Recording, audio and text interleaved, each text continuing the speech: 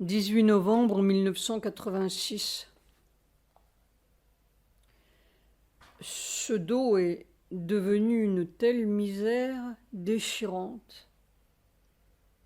Je ne sais plus comment faire pour le supporter. Je voudrais de tout mon cœur pouvoir continuer, mais je commence à me demander comment c'est possible. Ou alors se laisser couler à fond jusque... je ne sais pas.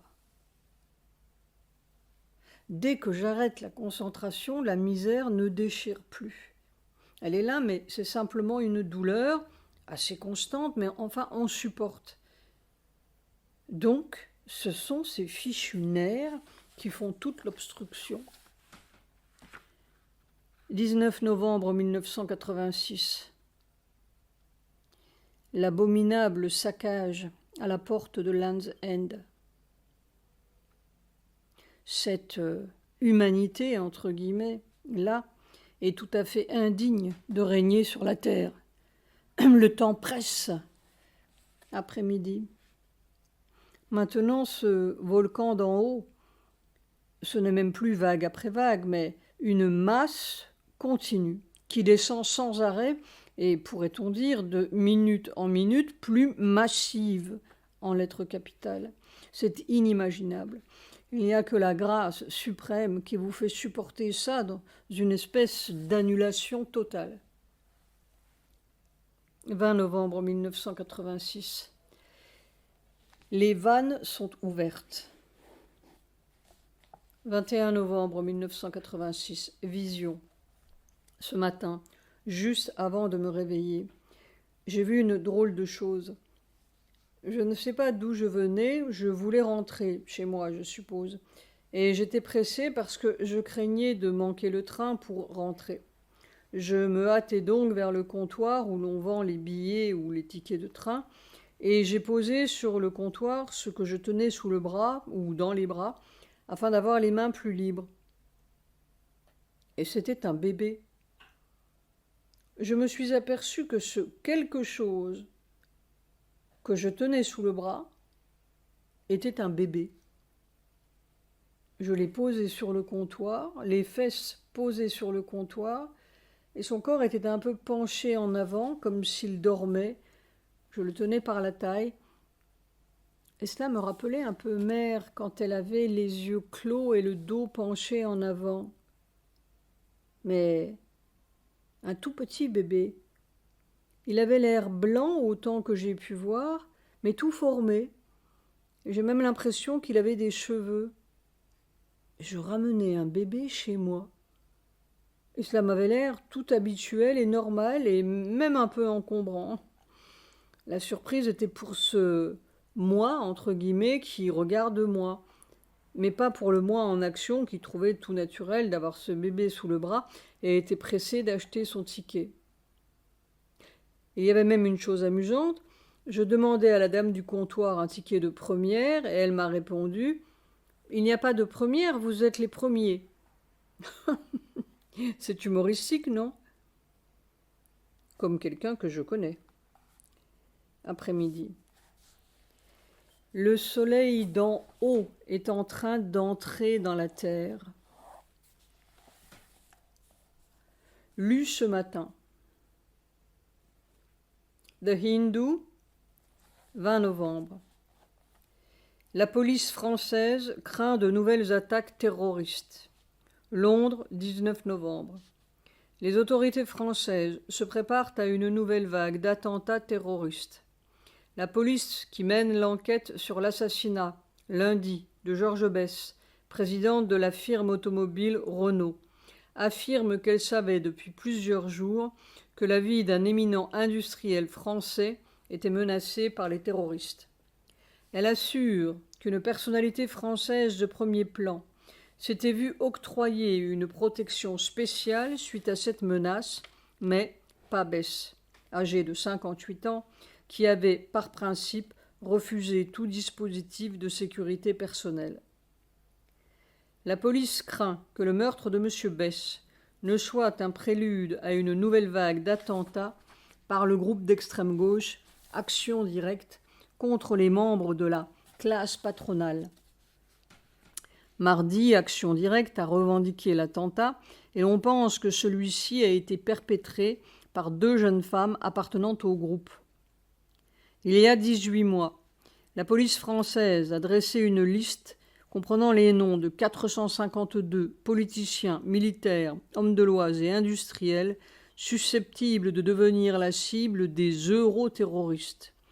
L'émergence de l'euroterrorisme remonte à un meeting qui s'est tenu au Pays basque espagnol au début de 1985. Des membres de groupes clandestins venus de France, d'Allemagne, de l'Ouest, de Belgique, d'Italie et d'Espagne y assistaient. À l'issue du meeting, Action Directe et la Brigade rouge allemande, Rote Armee Fraction, ont signé une déclaration commune proclamant le début de la, entre citations, la guérilla en Europe de l'Ouest. 22 novembre 1986. C'est un écrasement continu et une agonie continue. Une puissance formidable qui vous presse à travers une muraille de fer sans arrêt. Mais pourquoi une pareille résistance? La résistance du monde, évidemment, tout se tient. On est un malheureux paquet ensemble. 25 novembre 1986. The Hindu, 25 novembre. Premier pas pour transformer Kotagiri en station de montagne. En guise de première étape, pour faire de Kotagiri, à 30 km d'ici, une station de montagne populaire, l'administration du district organise là-bas un festival de 3 jours durant la seconde semaine du mois de mai prochain. Une manifestation florale et horticole aura lieu le dernier jour du festival d'été. Afin de discuter des préliminaires du projet, un meeting s'est tenu à Kotagiri, présidé par M.J. Uchigowder, président de l'Union des Panchayats de Kotagiri. Note de bas de page, Panchayat, gouvernements locaux. 26 novembre 1986. The Hindu, 26 novembre. Le parc technologique est prêt. New Delhi, 25 novembre. Le parc technologique de Kotagiri, dans le Tamil Nadu, avance vite. Alors que la première phase du projet, avec un investissement de 100 crores de roupies, est déjà réalisée, le rapport concernant le projet de la seconde phase, comprenant un investissement de 500 à 1000 crores, a été récemment soumis au gouvernement. M.V. Selvaraj, secrétaire à l'industrie de l'État, a déclaré lors d'une conférence de presse qui s'est tenue ici aujourd'hui que l'État tenait beaucoup à promouvoir le projet et espérait qu'il prendrait définitivement forme d'ici 1 an. Citation. Le travail préparatoire pour le parc technologique est achevé et il est prêt à démarrer à tout moment, assure-t-il. On espère que le parc donnera un élan à l'industrie électronique de l'État pendant la durée du 7e plan. Postes de télévision, éléments d'ordinateur et autres biens de consommation électronique devraient décoller de façon spectaculaire. Note de bas de page, ce projet ne s'est pas matérialisé. On s'intéresse beaucoup à la destruction de Kotagiri. Conversation avec Sujata. Le lit de Satprem volé et l'émeute qui monte à l'assaut, 6 au 7 août. J'ai vu quelque chose cette nuit. C'était au milieu de la nuit. Je ne sais pas à quoi c'est relié. Tu sais, on voit juste des images et on ne sait pas si c'est relié ou à quoi cela se relie. Cela peut être l'expression symbolique de quelque chose de particulier ou cela peut être simplement et purement l'expression d'une situation générale. Je n'en sais rien. Alors, au milieu de la nuit, il y avait dans la maison, ou tout autour ou dans, une invasion obscure d'êtres que je ne voyais pas, mais c'était des... Je ne peux pas dire leur nombre non plus, mais enfin, Cela me donnait l'impression d'une invasion obscure comme des voleurs ou quoi, je ne sais pas. Alors, probablement, j'ai dû me lever pour aller essayer de contenir les choses, et puis je suis revenue dans ma chambre et je me suis aperçue qu'on m'avait volé mon lit. Et à la place de mon lit, il y avait une espèce de planche, et je me disais, mais je n'ai même pas la place de me retourner. Où est mon lit? Sujata. Oh, la planche était très... Oui, c'était comme un truc de fer à repasser, si tu veux. Oh! Oui, comme une planche de fer à repasser. Il y avait juste de quoi allonger mon corps sans déborder. Je me disais, mais je n'ai même pas de quoi me retourner. Où est mon lit? Voilà, c'est tout ce que j'ai vu. Sujata. Entre le temps où vous êtes sorti et rentré, ça a disparu. Oui. Alors je regardais avec surprise, où est mon lit? Et puis je me disais en même temps, mais je n'ai même pas de quoi me retourner. Silence. Le lit, c'est le symbole du repos du corps, hein? Alors je n'ai pas de quoi me reposer ou je ne sais pas. Ou nulle part où se poser. Eh bien oui, nulle part où se poser. Si, j'avais de quoi poser mon corps, mais je me disais, mais je n'ai pas de quoi me retourner, n'est-ce pas?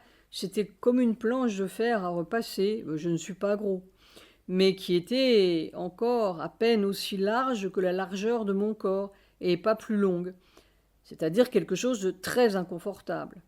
Oui, où on ne peut pas avoir de repos.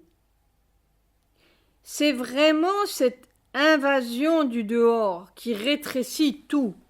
Invasion, eh bien, est-ce que c'est ça? Mais est-ce que ça va devenir encore plus fort? Je ne sais pas. Mais j'avais noté la date. Ça, c'était cette nuit. Oui, ça, c'était cette nuit, c'est-à-dire nous sommes le 26, du 25 au 26 novembre. Alors, l'autre jour, j'avais vu quelque chose d'autre, un peu plus tôt, avant l'opération des eucalyptus. Oui, avant que cette compagnie Viscose, une compagnie de fabricants de plastique avec du bois, ne vienne faire son... C'est-à-dire avant le 23 septembre. Ils sont arrivés le 23 septembre. Je vais te dire, j'avais noté. Saprem cherche dans ses notes. Ah oui, eh bien, dans la nuit du 6 au 7 août. Ah oui! Tu vois, je note sur mon truc. C'est cette nuit-là que j'avais entendu, comme d'en bas, venant de la vallée, des tam-tams dans une nuit complète. Des tam-tams et des bruits de foule comme une émeute qui montait à l'assaut de Land's End de tous les côtés. Des tam-tams et puis le bruit d'une émeute, tu sais, d'une foule en émeute, en révolution, ou... Oui, d'une foule qui monte à l'assaut. C'était dans la nuit du 6 au 7 août. Il y a un assaut d'ailleurs, c'est évident. Déjà, quand ils avaient coupé les arbres de Pax Lodge, j'avais dit une invasion galope sur le chemin. Oui, hein? Et puis tu vois, après ils ont fait la maison d'une domestique sur ce chemin, n'est-ce pas, avec tous les dégâts, toutes les dévastations qui étaient là. Oui. Et puis après, c'est la viscose qui les haint avec leur camion. Et puis à l'entrée là-bas du chemin, il y a un terre-plein, je ne sais pas pourquoi c'est. S'ils vont faire un hôtel, tu vas voir, on verra pousser un hôtel. Combien de crores ils ont? Combien de crores de roupies pour leur Kotagiri? Oui, Electronic Park. Electronic Park. 500 crores? Ça, c'est pour la deuxième phase. Déjà, ils ont dépensé 100 crores et maintenant, c'est entre 500 et 1000 crores. Et alors, ça, c'est dans le journal de ce soir. Et dans le journal de ce matin, il était dit qu'ils veulent développer Kotagiri pour en faire une station Hill Resort. On dirait vraiment Kotagiri est visé, hein. Et puis non seulement Kotagiri, mais tu vois comme les forces viennent vraiment nous encercler. Oui, elles savent ce qu'elles font, ces forces, elles ne sont pas... Et le monde se rétrécit de plus en plus, c'est ce que je vois. Mais alors là, Dans ma chambre, on me vole mon lit. Oui, c'est-à-dire pas de repos. Pas de repos, oui, oui. N'est-ce pas? L'invasion physique, elle est juste à la porte de Land's End, mais il y a l'invasion invisible. Une atmosphère tout à fait... Oui, tout à fait hostile. Oui. Et on ne peut pas dire autre chose, ce n'est pas neutre, c'est hostile, dirigé par des forces très conscientes. Oui, les hommes sont des marionnettes. Ah, les hommes sont poussés à... On les pousse, ils sont poussés ici et là, et puis voilà. Enfin voilà, je ne sais pas, cette nuit, ça m'a rappelé une émeute, un assaut. Est-ce que c'est symbolique d'une chose particulière ou... Non, c'était vraiment comme si la maison... Il y avait une invasion obscure, comme des voleurs ou comme quoi, je n'en sais rien. Est-ce que votre maison ne représente pas, disons, la terre, pour prendre un sens général?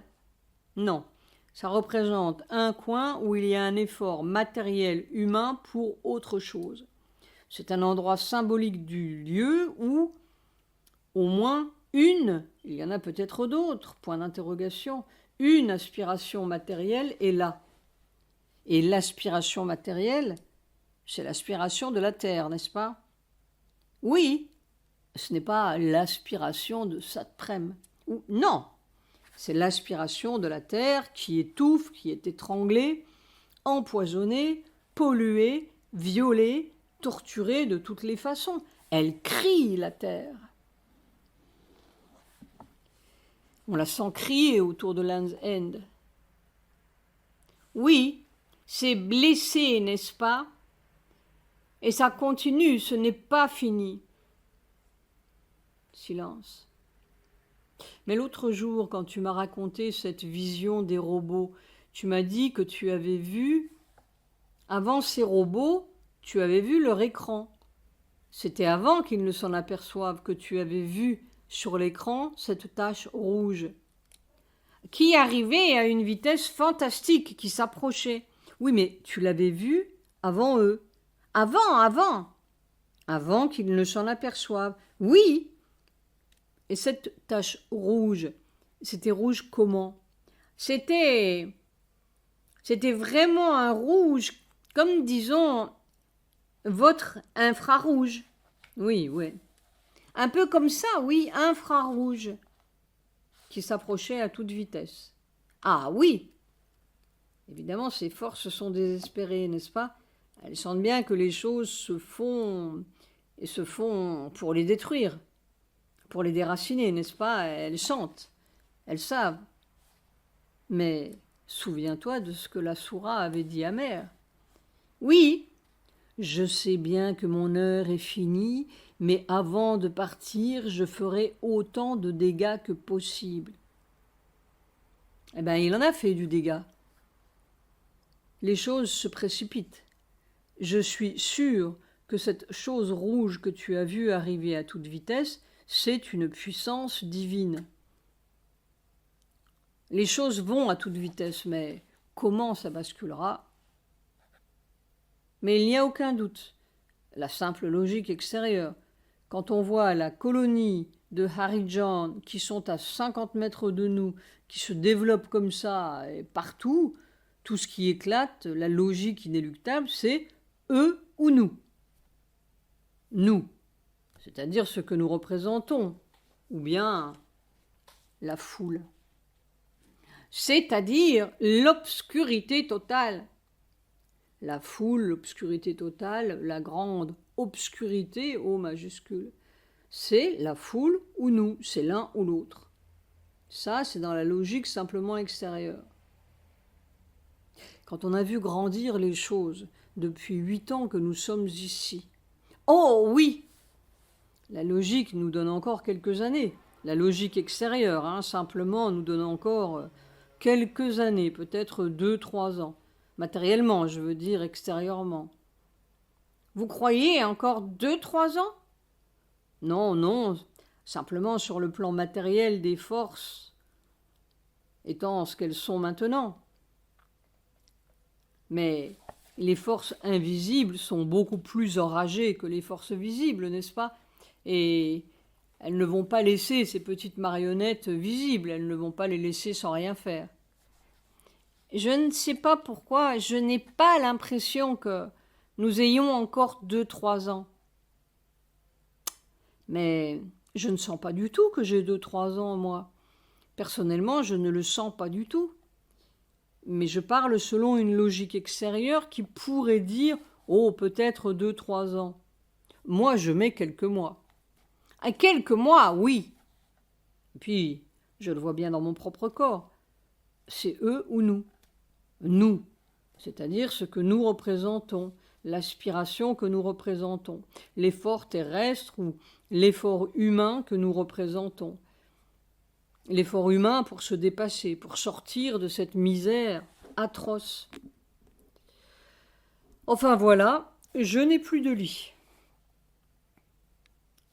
5 novembre 2004. Sujata. Aujourd'hui, en relisant votre vision du 6-7 août 1986, qu'est-ce que vous diriez était le vrai sens? Satprem. Mon corps n'a plus de repos. À la fin de l'opération, ce sera la fin totale de l'obscurité. C'est aussi évidemment l'écrabouillement supramental qui se prépare à écrabouiller l'obscurité totale du monde actuel.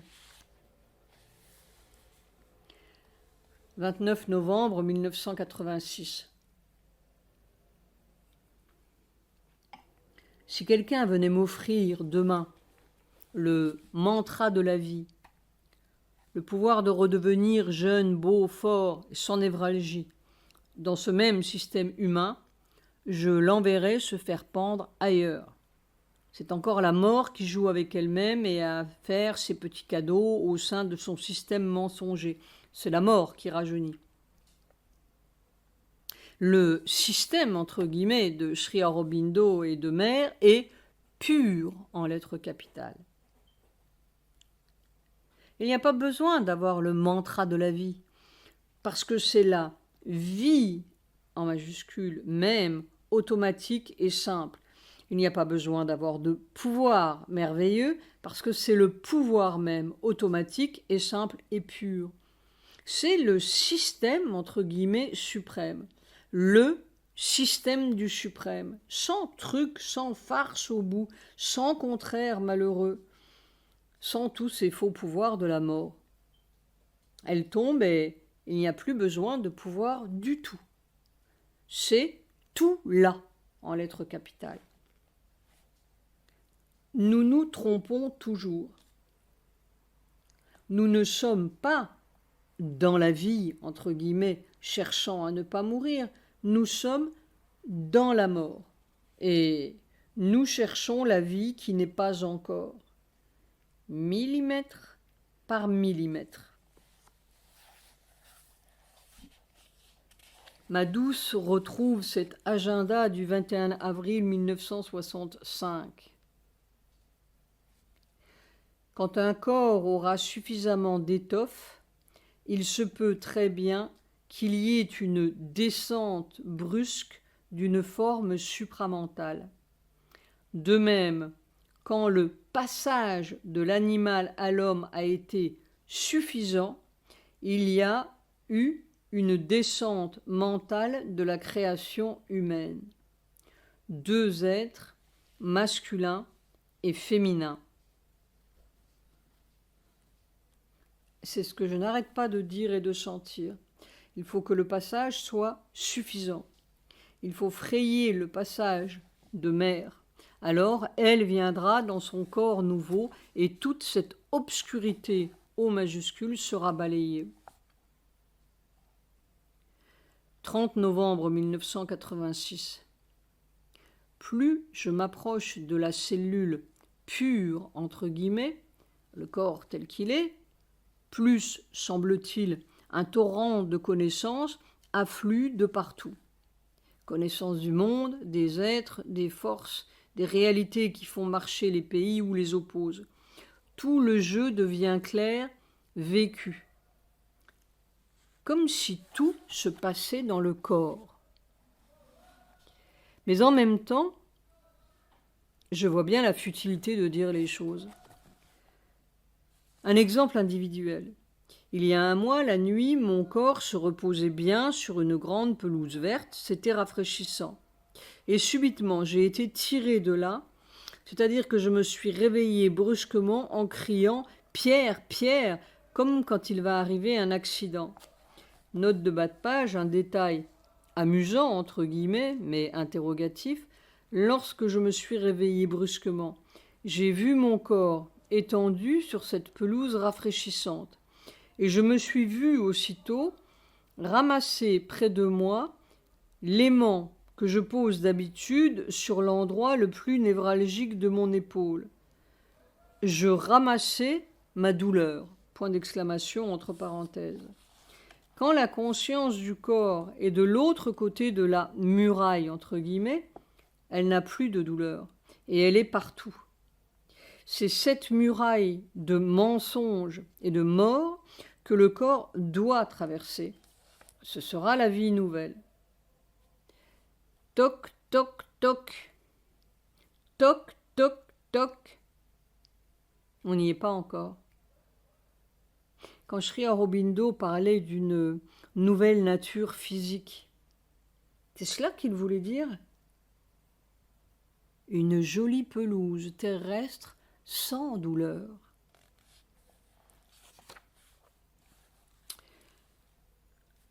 Le lendemain, j'ai donc télégraphié pour avoir des nouvelles. Pierre était tombé de 6 mètres de haut après s'être électrocuté. Et je ne pense pas spécialement à Pierre, pas du tout. Mais il est là et c'est immédiatement vécu. Et la cause, entre guillemets, de l'accident est également connue. Pourquoi c'est arrivé ? C'est-à-dire que l'unité du monde commence à être vécue, hélas dans les deux sens. N'est-ce pas ? Ce n'est pas le petit point ici qui se transporte là-bas, c'est partout le petit point. Pour me consoler, je me dis que si ce petit point ici arrive à laisser passer l'autre puissance, ce sont tous les petits points qui seront ébranlés, forcés de changer. Le monde est une seule aventure.